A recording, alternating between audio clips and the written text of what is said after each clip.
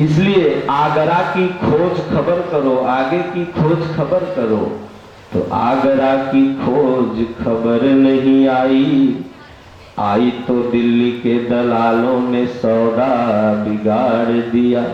किसी किसी को आती है कि भाई अब चौथापन आ गया, भगवान का भजन करें, सुमिरन करें, सेवा करें, लेकिन ये दिल्ली के दलाल काम क्रोध लोभ मोह राग द्वेष जो है ना, ये भक्ति का सौदा बिगाड़ने में लग जाते हैं।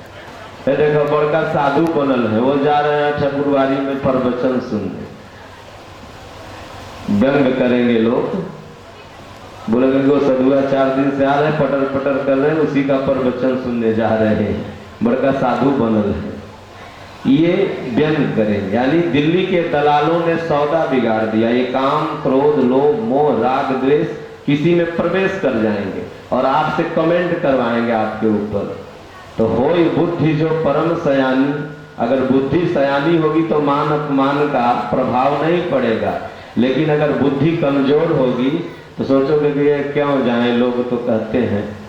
तो एक बेचारा धोबी था, गधा पे बैठ के जा रहा था, तो बाबू साहब लोग कहें देखो धोबिया साले की औकात कि ये गधा पर बाबू साहब के टोला में से बैठ के जा रहा।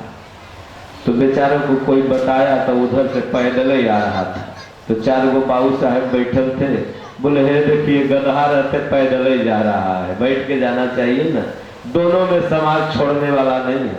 अच्छा करोगे तो भी 10 गो आपके आलोचक तैयार हो जाएंगे, बुरा करोगे तो भी 10 गो आपके आलोचक तैयार हो जाएंगे। इसलिए साधना करने वाले को आलोचक और अनुयायी में नहीं फंसना चाहिए, इससे उपराम उसको होना चाहिए। तो आगरा की खोज खबर नहीं आई, आई तो दिल्ली के दलालों ने सौदा बिगाड़ दिया। संघ के संघाती कहें लाहौर लाहौर। संघ के संघाती कौन है? सदगुरु है, महापुरुष है। ये कहते हैं बेटा लहा लो। ये पाकिस्तान की राजधानी लाहौर नहीं। कुछ साधनात्मक अर्थ होते हैं, कुछ प्रतीकात्मक अर्थ होते हैं, कुछ उपदेशात्मक अर्थ होते हैं। तो यहाँ पर यह उपदेश के लिए लाहौर कहा गया है, लेकिन लहा लो। सदगुरु कहते हैं, संत कहते हैं, महात्मा कहते हैं बेटा मनुष्य शरीर मिला है, अब लहा लो इस जन्म में। अब की पासा ना पड़ी तो फिर 84 जाए।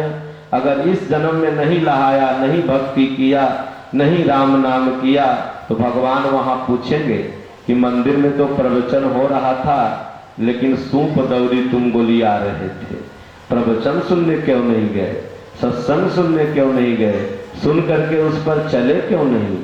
सूप दौरी दिन में खरीद के ले आओ, जो भी करना है दिन में कर लो, शाम में। इसलिए कथा थोड़ी लेट से चालू होती है कि शाम में आपके गांव का नसीब है। ये समझ लीजिए कि एक तरह से आप लोगों को छठ रूप मैया का कृपा है, जो ये वो वास्तविक भक्ति की तरफ आपको प्रेरित कर रही है। क्योंकि अगर आप दिल से भक्ति करते हैं तो देवी देवता देते कुछ नहीं है, महापुरुष की संगत दे देते हैं। तो आगरा की खोज खबर नहीं आई, आई तो दिल्ली के दलालों ने सौदा बिगाड़ दिया। संघ के संघाती कहें लाहौर लाहौर, लहा लो। तो नाभा पटियाला में एक अजब चीज पाई। इस नाभि को नाभा कहते हैं और इस ब्रह्मांड को पटियाला। यानी जब हम सुमिरन करने बैठते हैं तो श्वास पहले बैखरी से जपा जाता है, ओम ओम ओम, फिर वहीं धीरे धीरे अभ्यास करते करते मध्यमा में हो जाएगा, फिर पश्यंती माने पश्य माने देखना, फिर उस श्वास को हमें देखना है, ये संकल्प रहित ओम ओम। उसके बाद फिर परा, ये फिर मतलब के मन एक बार भगवान में लगा देना है। भजन हमारे अब हरि करे मैं पायूं विश्राम। फिर साधक भजन कम करता है, उसका संतिर भगवान करने लगते हैं, चलते फिरते उठते बैठते। तो जो नाभा पटियाला में हम ध्यान लगाएंगे ना, तो एक अजब शांति महसूस होगा। सज्जनों, कभी आप 10 मिनट आज नहीं, अब कथा के बाद जाइएगा घर पर, जब कथा के बाद शाम में 10 मिनट बैठिएगा तो लगेगा कि हाथी उथी से लड़ रहे हैं। मन हाथी है। क्या है? हाथी। ये मतलब जितना आप हाथी से लड़ने में नहीं थकिएगा उतना 10 मिनट में थक जाइएगा। लगेगा कि अब उठे, यानी भजन नहीं करना चाहता, लेकिन इसको लगाना है, पहले नाम में लगाना है। नाम जपिए, जब नाम से थक जाए तो रूप में लगाना है, अपने इष्ट के रूप को देखिए कि गुरु महाराज ऐसे चलते हैं, ऐसे उठते हैं, ऐसे बैठते हैं। जो भी आपके इष्ट हैं उनके ऊपर अपने ध्यान को लगाएं। और वैसे तो साधक का इष्ट केवल गुरु ही होता है, जो उसका मार्गदर्शक है। तो फिर अगर मान लीजिए रूप से भी मन थक जाए तब लीला में लगाएं। भागवत क्यों लोग पढ़ते हैं? भगवान की उसमें लीला है, उसको पढ़ने से भी मन लगता है। रामायण सीरियल अगर 1 घंटा आप बैठ के देखते हैं तो 1 घंटा आपका मन भगवान में लगा, तो वो भी आपके लिए भजन है।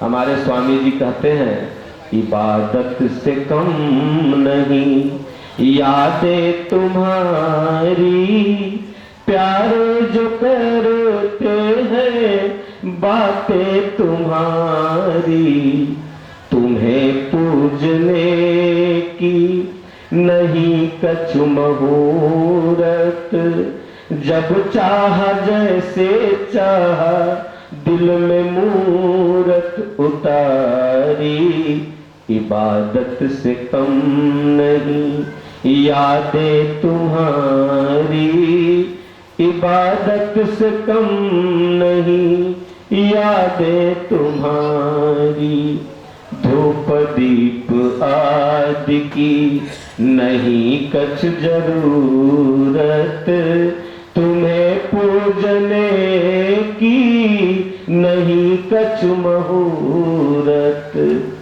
जब चाह जैसे चाह दिल में मूरत उतारी, इबादत से कम नहीं यादें तुम्हारी। इबादत से कम नहीं है भगवान को याद करना। एक भगत के यहाँ 27 में बेटा जन्म ले लिया।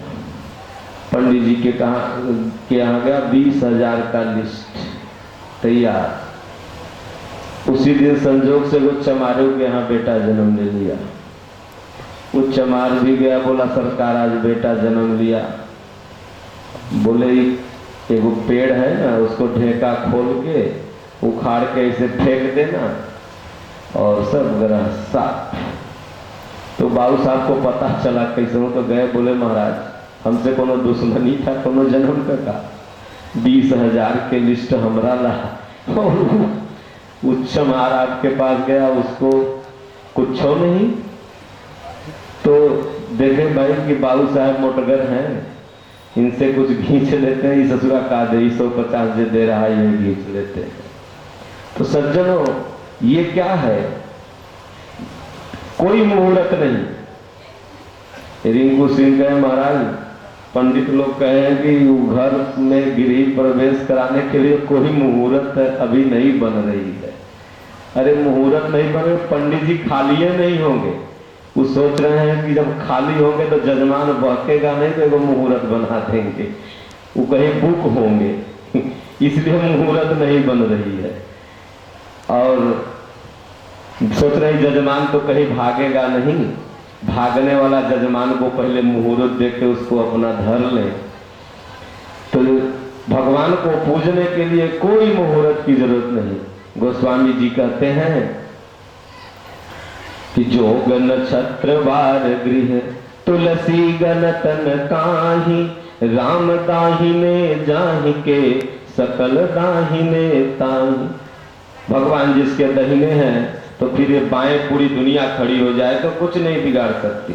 और भगवान जब बाएं खड़े हो जाएंगे ना तो अटैची में रुपया लेके खड़ा रहोगे, लेकिन प्राण पखेरु उड़ जाएंगे, विपत्ति आ जाएगी, क्योंकि भगवान तुम्हारे बाएं होंगे।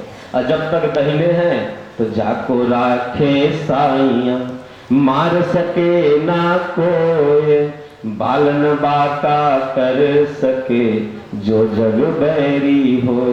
तो कहते हैं कि नाभा पटियाला में एक अजब चीज पाई, उसको पूजने के लिए धूप दीप अगरबत्ती का कोई जरूरत नहीं, कोई मुहूर्त की जरूरत नहीं।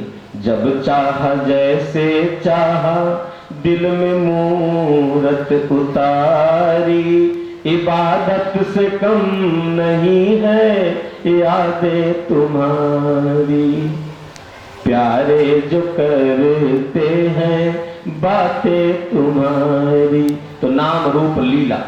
और चौथा पॉइंट आता है धाम। फिर धाम में अपने मन को हम लगा दें कि बाबा धाम गए थे तो वहाँ ऐसा है, गुरु दरबार में गए थे तो ऐसा है, वहाँ पर शेर बना हुआ है, आम के बड़े बड़े सुंदर अच्छे अच्छे पेड़ हैं। मतलब धाम में अपने मन को लगाएं। यह मन के लगाने का 4 तरीका। पहले ही आप बैठ जाएंगे तो 1-1 मिनट में भागता रहेगा। तो नाम रूप लीला धाम। तो कहते हैं कि नाभा और पटियाला में एक अजब चीज पाई। अब सहारनपुर का सहारा लेके गाड़ी हरिद्वार चली आई, यानी महापुरुष का सहारा लेकर के। तुम्हारी कृपा तुम ही रघुनंदन, जानत भगत भगत उर चंदन, सोई जानहु जेहि देहु जनाई, जानत तुम ही होई जाई। हे भगवान, हमको क्या औकात है कि आपको हम जान लेंगे? कोई पंडित जी या साधु जी क्या हमको आपको जना देंगे? हमको तो जब आप अपने कृपा करेंगे ना तभी हम आपको जान सकते हैं, नहीं तो दुनिया में कोई ऐसा व्यक्ति है ही नहीं, कोई ऐसा लाल कपड़ा वाला नहीं है जो भगवान को आपके सामने खड़े कर दे।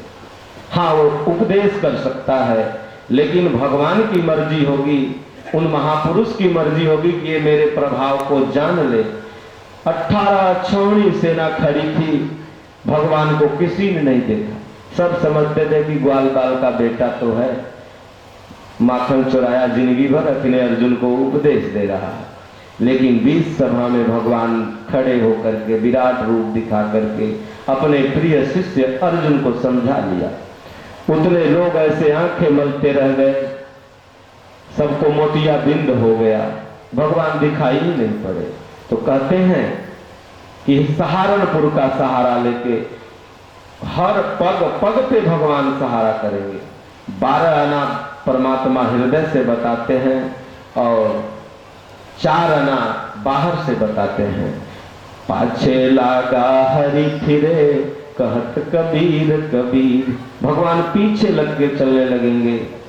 जहां भगत मेरो पग धरे तहां धरू मैं हाथ, पाछा लागा सदा फिरूं कबहू न छाड़ू साथ। भगवान साथ साथ चलने लगेंगे। यही है सहारनपुर का सहारा लेके। बिना भगवान का सहारा लेकर के गाड़ी हरिद्वार नहीं पहुंच सकती, हरि के द्वार नहीं जा सकती, परमात्मा के धाम तक नहीं पहुंच सकती।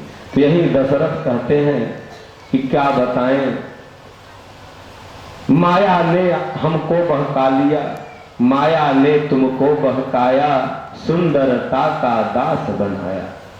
नाव भंवर में फसाई हो तो हर भीतर उमरिया। नाव को भंवर में फंसा देगी, इस 84 लाख योनियों में भटका देगी। सज्जनों, आप विचार करेंगे ना तो ऐसे ऐसे आपको करोड़ों घर मिले होंगे जब जन्मे होंगे। हमारे दादा गुरु महाराज एक मधवापुर में घर था बाबू साहेब का, तो डेली घूमने जाया करते थे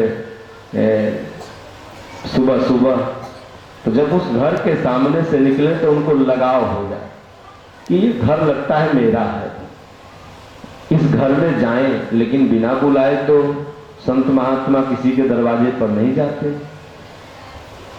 एक दिन इतना बरबस इच्छा हो गई कि भगवान से पूछा, प्रभु यहाँ हजारों घर हैं, मैं उनको देखता हूँ लेकिन जाने का मेरा मन नहीं करता। लेकिन जब उस बाबू साहब के घर के दरवाजे के पास जाता हूँ तो हमें अंदर जाने का मन करता है, ऐसा क्यों? तो उस दिन भगवान ने अनुभव बताया, तुम्हारा पूर्व जन्म उसी घर में हुआ था।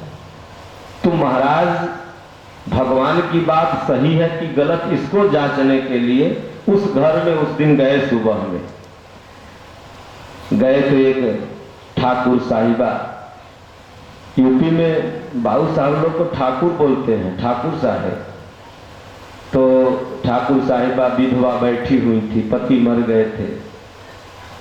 महाराज ने पूछा, क्या आपके यहाँ कोई बच्चा हुआ था?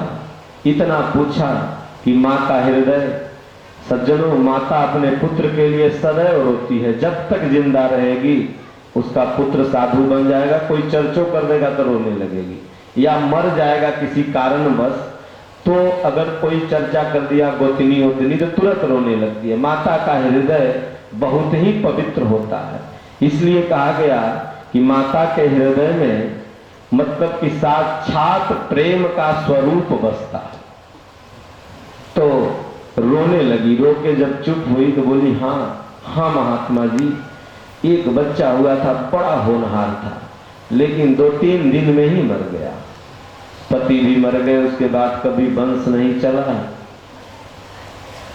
आज तक जब उसका याद आता है तो हम रोते हैं। महाराज ने इस बात को वहां खोला नहीं, देखे कि सब लपट जाएंगे, धीरे से चले आए।